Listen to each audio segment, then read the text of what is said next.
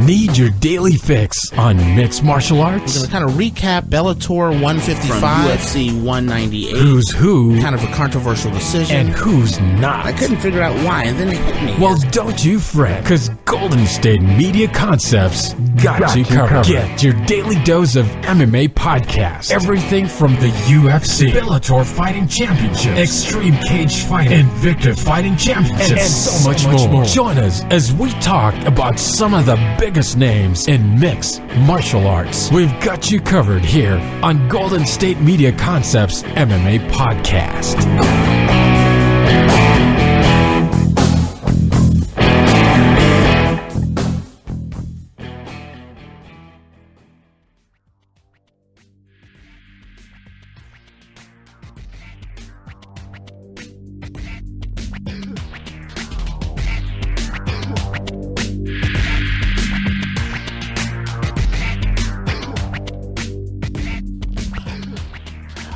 All right, now, thank you for tuning in to the GSMC Mixed Martial Arts Podcast.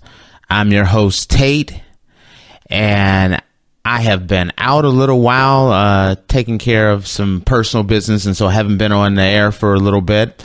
But I wanted to come on because to talk about the UFC 225 card that happened a couple of weeks ago, because it's kind of the card that just keeps on giving back. Today I'm going to talk about that card and kind of the ramifications of what has kind of transpired after this event. When you're looking at this card, initially the first thing you go with is, in my opinion, this was absolutely the best card of the year. Action-packed, fun fights, a lot of surprises, some shaky judges in Chicago. But the big shocker for me has been what has been going on with the UFC and their pay-per-view numbers lately. And the big shocker is that when you look at UFC 224 and UFC 225, total buys between the two of those are under 250,000 buys. And that's really bad. And I don't know what's going on, but it seems like that more and more of these pay-per-view events are just not selling.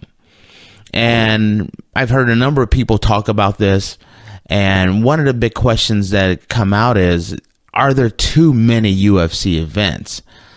And that could be part of it, but I don't think it is. I think the big issue is that I think the UFC needs to revamp the way they're promoting fighters.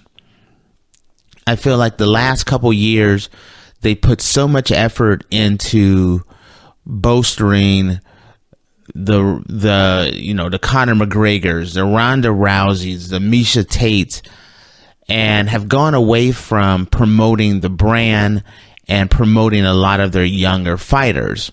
And now that, Conor hasn't been around, hasn't really fought in a little while, Miesha Tate has retired, Ronda Rousey has retired, you're looking around at a situation where you have this action-packed card, the best card of the year, and I believe the numbers were right about 150,000 buys, under 200,000 buys total. And that is just, a card like this should be 750,000 buys, closer to 1 million buys, or at least 500,000 buys. But they're not even getting that. They're not even getting to 250,000 buys with 2 pay-per-view events. And that's not good for the UFC. And you look at this big deal with ESPN, and this is coming at the right time because of the fact that I think being on ESPN is going to get the UFC in front of a lot more eyes and a lot more views. A lot of Sports Center anchors, a lot of the ESPN anchors will cover the UFC more, which will kind of bolster the numbers because it is coming at a time where the UFC needs help. I remember talking about how the UFC was the fastest growing sport in the world, and it is still growing, but the pay-per-view numbers are shrinking, and they're shrinking fast. And like I said, when you're looking at a card that just gave one amazing fight after another one, and the first fight on this card that I'm going to talk about Robert Whittaker versus Yoel Romero. And I know this happened a couple of weeks ago, so I'm not going to go into too much detail, but it was Robert Whittaker ended up with a split decision win, and I didn't agree with it. I thought Yoel clearly won the fight. I had Robert Whittaker winning rounds 1 and 2. I had Yoel clearly winning 3, eking out a round 4, winning that round, and then I gave him a 10-8 round in round 5. And I was surprised that the judges didn't give Yoel a 10-8 for round 5. With the new scoring, there's supposed to be a lot more 10-8 rounds, even some 10-7 rounds. And in Chicago, they didn't give him a 10-8 round. And with the new scoring, it's supposed to be more 10-8 rounds. If that wasn't a 10-8 round, what is? And so that's when I scored it, I had it a clear victory for Yoel Romero. But the main reason for talking about this and talking about the 225 card is to talk about the ramifications for this event here. Because of the fact that Yoel Romero, one, did not win the title because the title was not up, Yoel missed weight. And there's some talk that Yoel may actually sue the Illinois Athletic Commission because he didn't make weight. And the situation behind that is Yoel weighed in and he was 2 pounds over, and they gave him 2 hours to lose that weight, and which is standard. You're allowed a second weigh in. He went in, decided to take a little rest, a little nap, before getting back to losing the weight. A judge came in an hour into it, right after he's getting done with his rest, and tells him, "No, you have to weigh in now. We're ending this." So I understand where Yoel would be very upset about this, where he's told that he gets 2 hours to lose weight. He takes his time to get himself together before he goes back to losing weight, and then they come back and they change it and say, "No, you have to weigh in now." And he ends up missing weight by 0.2 pounds, which means if they would have even given him a half an hour, he would have lost that 0.2 pounds, and it would have been for the title. So I can understand why Yoel is looking at this as a possibly actually suing the Athletic Commission because of this. I think he should, because in defense of the Athletic Commission, they're trying to err on the side of caution. But if you're giving the guy 2 hours to lose the weight, he should have been given that full 2 hours to lose the weight. So, and then other ramifications from this fight, with Robert Whittaker keeping the title, it looks like it's going to be either Chris Weidman or I can't think of his name right now, Gastelum, who's going to be actually up for the title and actually going to be the next person that's going to be fighting for the middleweight title. But it looks like Yoel Romero, one of the things that have been brought up with Yoel is the fact that, one is, do you do a rematch with Robert Whittaker? And it looks like that is off the table. They're not going to do another rematch. And what they're looking at is a possibility where Yoel Romero moves up to light heavyweight and actually fights Alexander Gustafsson for like an interim title, because of the fact that Daniel Cormier is actually fighting next week or two He's going to be fighting Stipe Miocic for the heavyweight title. And with the fact that originally they were looking at Gustafsson fighting Luke Rockhold. Luke Rockhold is out with an injury, and now it looks like they are really pushing for that Yoel Romero Alexander Gustafsson fight. When they asked Gustafsson what did he think about that as a fight, he was on board. Looks like Dana White is on board with that one. So that could be your next big fight that is going to be coming up with Yoel Romero. Now, the next fight we're going to talk about is the welterweight interim title fight between Rafael dos Santos and Colby Covington. And this fight was a bit of a shocker for me. I thought Colby just took it to RDA. I thought he took it to him. I thought RDA was not prepared for the pressure that Colby Covington had to put on him, and he had no answer. The scorecard had it closer than I thought it should have been. I thought it was a blowout. It was constant pressure, constant, he was on Rafael dos Santos. Dos Santos never had any room to do anything. He outworked him. With more effort, more pace, more power, and he just smothered him.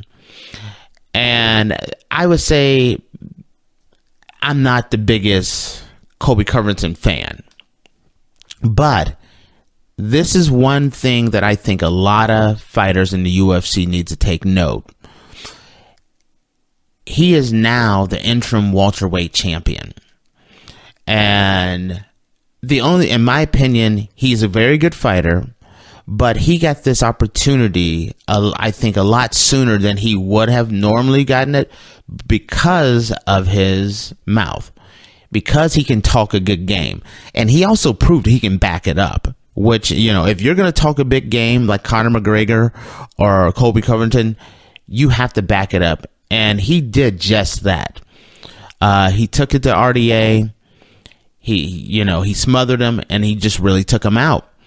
And now you're looking at a situation where the current champ, Tyron Woodley, who is coming off of a shoulder injury, is going to be defending his title. It'll be champ versus champ, but it's really, Woodley's title against Colby Covington. And I'm telling you right now, there is a lot of words being said between these two guys, and it concerns me about Tyron Woodley. I'm a little more concerned about Tyron Woodley than I'd say most people are. And the reason why this is because I look at this as a Conor McGregor effect. Jose Aldo against Conor McGregor. Conor got Jose Aldo out of his normal game, out of his normal mental preparation for the fight. And it really affected him, and he ended up getting blown out. Well, it's starting to seem similar to this with Tyron Woodley. Tyron Woodley is talking a lot more than he normally would. He's very, very animated about Colby Covington, and he really wants to smash him. And instead of him being, it concerns me when you start looking at the way Tyron Woodley wins a lot of his games. He's that cerebral assassin, more of I'm going to win by using my brain first. When you look at him in fighting Wonder Boy, he has the power, he has the wrestling skill, but what he did was he may fought a boring fight, but he fought a super smart fight. And so when you look at that, when you get caught up into all the hype and all the talk that Colby Covington is doing, it can truly take you out of your game. And if Tyron Woodley was doing what he normally does, which thinks things through, very calm, I would be personally taking Tyron Woodley in a pretty easy win. because when I look at Woodley, he has the power. He packs a punch that he can put you out with one punch. It's quick burst of energy, super smart in the ring, and then on as far as wrestling goes, world-class wrestling skills, which I give him the edge on wrestling skill. I give him the edge on power. And traditionally, I would give Tyron Woodley the edge as far as putting together a better game plan.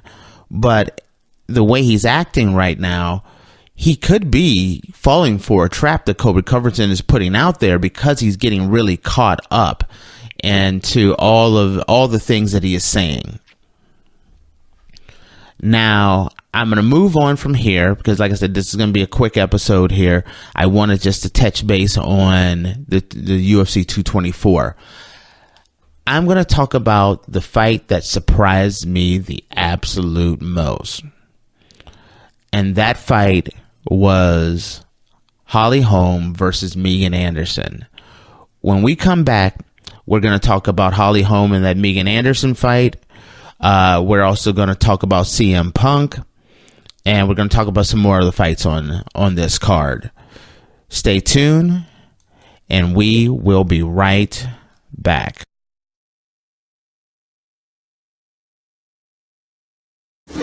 Check out the show built around the women of MMA. From the UFC to the extreme cage fighting, we got the fights covered. Listen. It's the Golden State Media Concepts Women's MMA Podcast. The latest news of upcoming fights, discussions of previous matches. Join us as we talk to and about the biggest names in women's mixed martial arts, past, present, and future.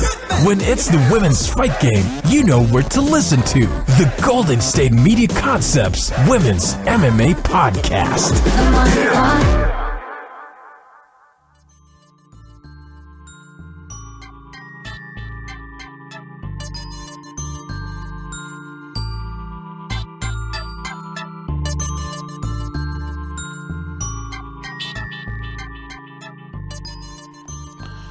All right, we're back. And this episode, we're talking about kind of like the fallout from UFC 225 and kind of what has happened after this fight, after this pay-per-view event. We talked about the poor pay-per-view numbers. We talked about the main event and what's going to happen next with Yoel Romero. We talked a little bit about Colby Covington versus Tyron Woodley. But the fight that I was actually kind of excited for, that I know a lot of people weren't expecting, or maybe didn't know a lot about, was that Holly Holm versus Megan Anderson fight. And I've been a big follower of Megan Anderson and Holly Holm, so they're two of my favorite fighters in the women's division. And I was very interested to see how Holly would handle the size of Megan Anderson. Megan Anderson is a very tall, big, solid woman. She stands 6 foot tall. She walks around about 270, 275 pounds. And she's a devastating striker, heavy-handed. And I was very curious to see how Holly would handle someone that was going to come in and put a lot of pressure on her and be big and strong enough to really be a threat. Someone that could be as big, if not bigger, than Cyborg. And so I was very curious of how Holly was going to handle things. If she went in there and she was cautious, kind of like she was with Cyborg, I thought this was going to be a problem for her. And when this fight first took off, I'm watching this, and initially, right out the gate, Megan Anderson is putting pressure on Holly, and she's throwing a couple of really big shots. And I was thinking, man, this could be a problem for Holly. And Holly did something that I was so surprised on. She switched her game up. Holly, who is a world-class striker, world champion boxer, became a grappler. She did a lot of dirty boxing. She took Megan Anderson down, which then totally, when you take a bigger, taller fighter down and put them on their back, that negates their strength and their size.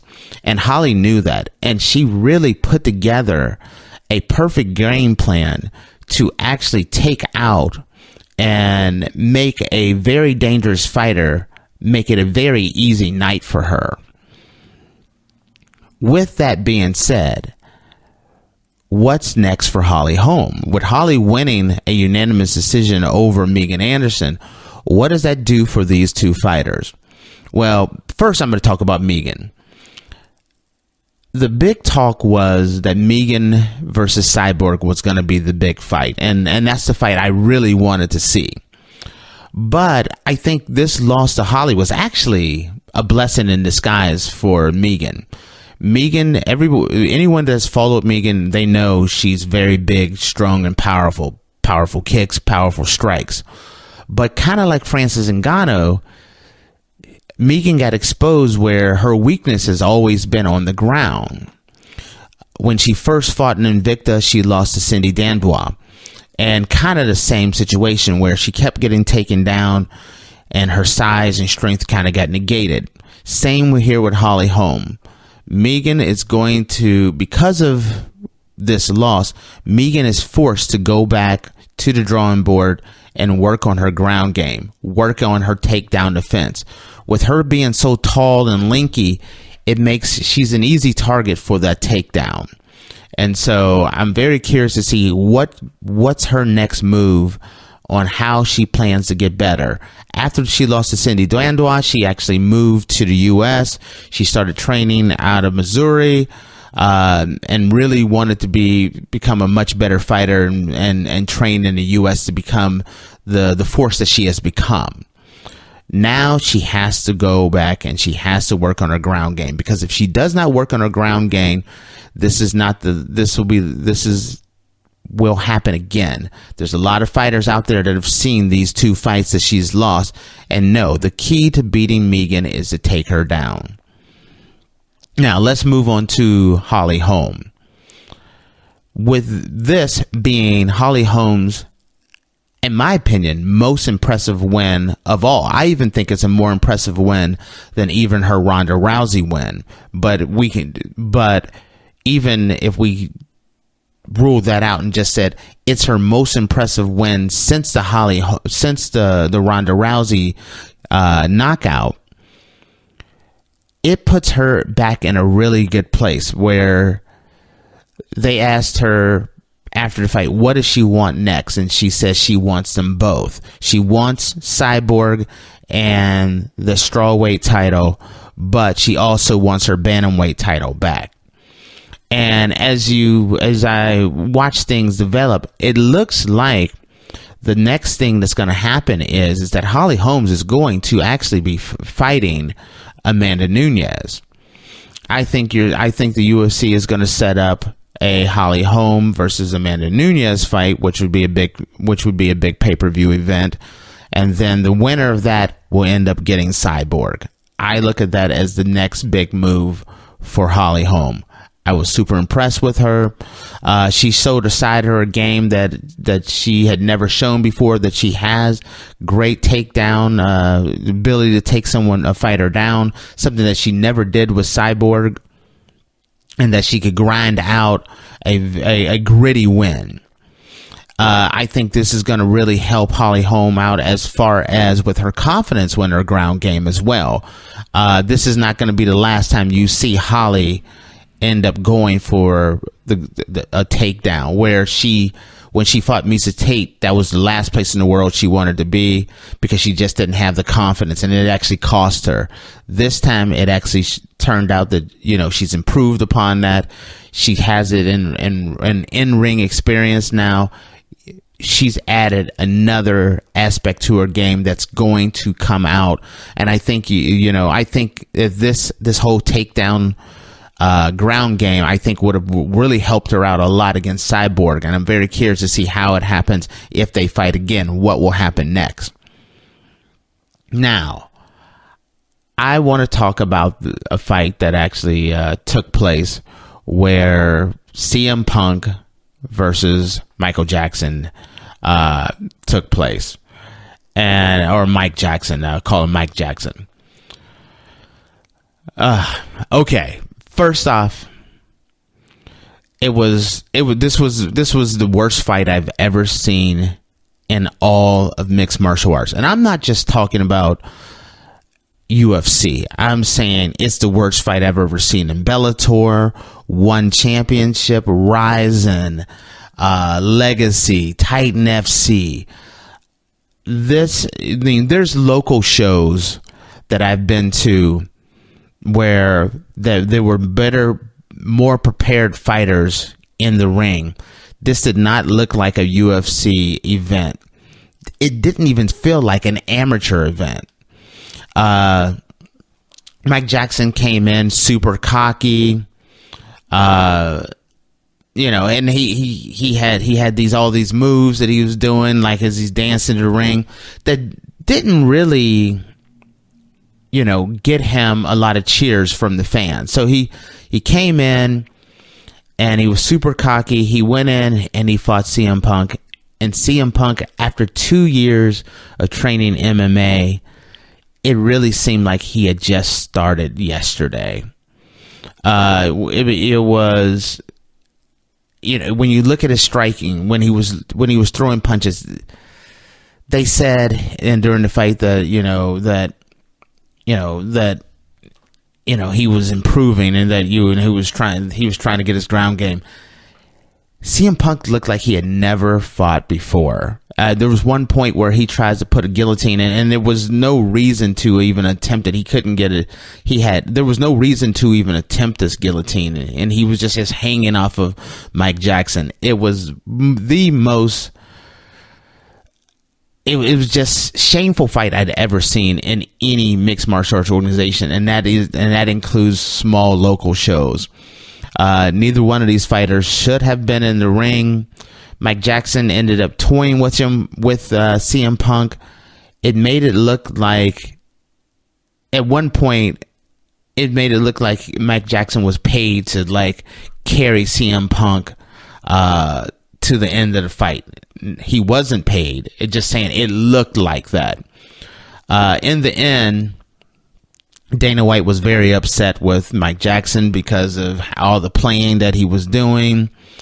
But the outcome of this is that CM Punk will never step in a UFC ring again. And you say, what is next for CM Punk? And I say, he's put himself in a bad place, because CM Punk is not good enough to be a Bellator fighter. He's not good enough to fight at Legacy. He's not good enough to fight at Titan FC. He's just not good enough to fight at any organization. He's an older fighter who never developed into, he's not a fighter. He trained for 2 years, but he did not show any aptitude to be a fighter. And with the situation that he's done between him and the WWE, his WWE career is over. Matter of fact, there was a lawsuit that I believe he won, but his relationship, he's burned that bridge with the WWE. He's kind of burnt that bridge with the UFC. He didn't burn it, just pure lack of ability. So the only thing left for CM Punk to do is to retire. And I'm a CM Punk fan. I would like to see him retire. He just doesn't have it, and he's only just gonna get himself hurt even more. It's actually dangerous to have CM Punk in the ring. I think any athletic commission that puts him in there against any professional fighter should anytime he tries to get a fight with a professional fighter, it shouldn't happen. He is as amateur can be, and I don't tend to like to bash fighters, because I respect what they've done. I was an amateur fighter. I tried fighting for a few years when I was in college. It's a tough game, but CM Punk does not. You can tell that at his age, he had never done combat sports. You look at the way he throws kicks, the way he throws punches. It is very, very below average. And when you look at Mike Jackson, they talk about him at a high level striking. He wasn't a very high level striker. When you look at some boxers or even some of the UFC fighters, he's an average striker at best. And CM Punk could not handle a average striker who was an 0-1 fighter who I don't think he belongs in Bellator or any of those organizations as well. And he couldn't handle that. I think it's time for him to kind of give it up. And speaking of giving it up, Rashad Evans actually fought on this card, and he ended up losing by a devastating knockout. And Rashad Evans, who has had a fantastic career, former UFC light heavyweight champion, it's time for him to give it up as well. I hate to tell a fighter that's been so great that it's time, but it's one of those things where I would like to see him give it up just because I don't want to see him tarnish his legacy or get hurt. It comes a time when a fighter, it gets to that point where they just, bad luck or the fight gods are not on his side any longer. And I think it's that time where he's fighting guys that are using him as a stepping stone to move up. And Rashad Evans' legacy, he's a Hall of Famer, should not be considered a guy that this is who I want to make, this is who we're going to put him in against so he can start building a young fighter's name. But that's kind of where Rashad Evans has gone to. Now, when we come back, we're going to talk about a couple other fights. We're going to talk about that Claudia Gadelha versus Carla Esparza fight. We're going to talk about the Alistair Overeem fight as well. So stay tuned, and we will be right back. This is your ultimate stop for everything sports. The Golden State Media Concepts Sports Podcast. Should I say more? From the NFL, MLB, the NBA to MMA, it's all in here. The Golden State Media Concepts Sports Podcast. Listen now.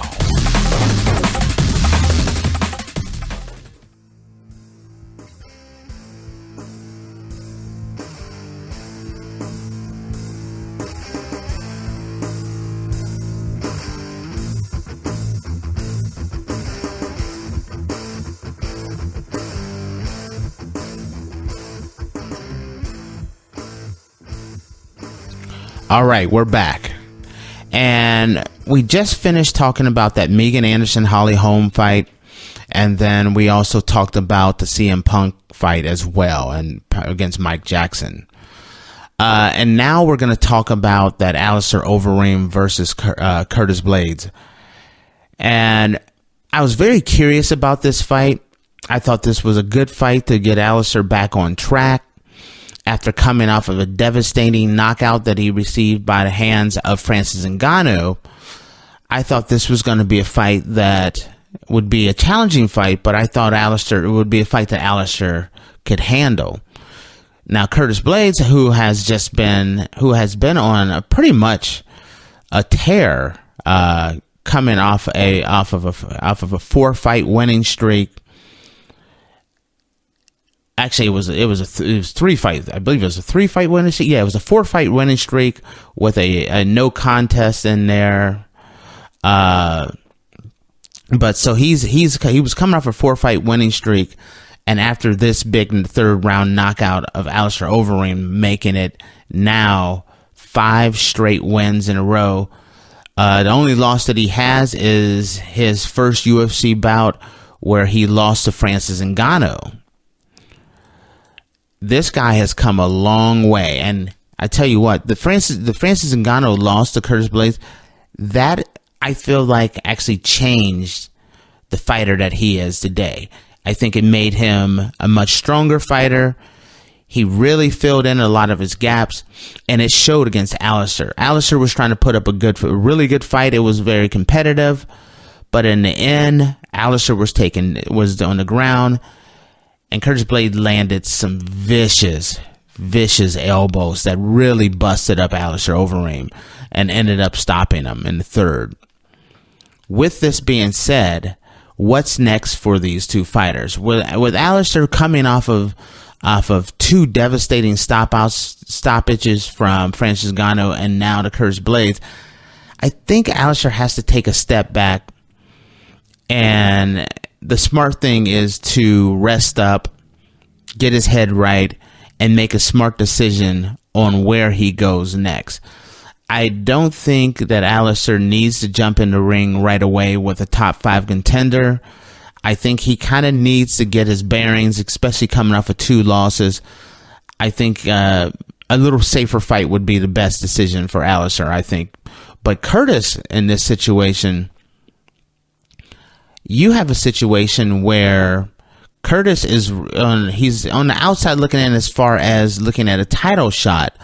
But coming off this win here, looking at possibly maybe a rematch with Francis Ngannou or a fight like that, I think would be a really good place for him. The sky's the limit. This guy is young, he's powerful, and he is dangerous. I am definitely looking forward to seeing what happens to him. He's literally is two fights from getting a title shot. I think his next fight, whoever he fights next one, I personally think I would like to see a rematch between him and Francis Ngannou. I think he gave Francis Ngannou one of his toughest fights, so I would love to see that fight next. But after that, I think he's right in line, by early 2019 for a possible title shot, which would be very interesting. Which you got to figure out what's going to happen with between Stipe and Daniel Cormier, and if Daniel's going to stick around. We'll talk more about that in the next episode. Now, but we're going to move on, and we're going to wrap things up with a fight that I was very surprised on, and that was Carla Esparza versus Claudia Gadelha. You have Claudia Gadelha, who has been a title contender, who's given Joanna Jędrzejczyk 2 of her toughest fights, against Carla Esparza, who was the initial strawweight champion. And you look around and you have these two together. This fight was supposed to happen back when they were both in Invicta. And I thought personally that Claudia Gadelha would just be a little too much for Carla Esparza. And I was wrong. Carla Esparza came out there and they went to work. And Carla really rocked Claudia Gadelha. I mean, really rocked her hard. And Claudia had the good sense of mind to take Carla Esparza down to kind of save herself, but she was really, really rocked in the first round, and that's the round that really determined how this fight went. If you gave that round to Carla Esparza, then you think she won the fight. If you still gave that round 1 to Claudia Gadelha, then you pretty much think she won. It was a split decision, and Claudia Gadelha won. But since then, Carla Esparza is not letting it go. She has been upset. She's called Claudia Gadelha a cheat. She said that she greased herself up for the fight so that she would be extra slippery. She didn't know how to file a complaint. She thought about going to the referee, but she's a cheat and that she feels like she won the fight and she wants to fight her again. Which is interesting there. I don't know if, I'm not going to say Carla is wrong or that she's right as far as if she felt the fighter was greasy. Sometimes the fighter comes in a little, they work out and before they get loosened up, they get a sweat going, a lathering before the fight, and that could be what's going on. Carla says no, that's not the case, that she had grease on her. Which makes it harder for someone to grab her, which Carla Esparza is traditionally a wrestler, a grappler. But in this particular fight, which you expect Carla to be a tough wrestler, she was able to throw hands with Claudia Gadelha and actually rocked her and nailed her quite a few times. With both of these fighters, with the fact that it looks like Rose Namajunas' title, her future, dance card is going to be filled up between Joanna Jędrzejczyk and a few others. These two fighters, I think, should fight again. I would love to see it. The fight was close enough that you could actually see either one of them being winning this fight. The other fighter I was talking about is Joanna Jędrzejczyk, and I cannot think of her name right off the top of my head right now. What is her name? That is Jessica Andrade. I had to look that up real quick. I went brain dead for a second there. It looks like I think Rose Namajunas is going to end up fighting Jessica Andrade next, or possibly a third fight with Joanna Jędrzejczyk. But I think Jessica Andrade is the person that's going to get the next fight. These two fighters don't really have. They're both right there in the title picture, just back a little ways. I think a rematch between these two would be just in order, especially with so much bad blood, and Carla Esparza is not letting this go. So I'm hoping that that this fight will actually come back again, and they'll run this one back. With that concludes this episode of kind of going back through and recapping the UFC 225 card. I just wanted to jump on here. We will be having more episodes on a more regular basis.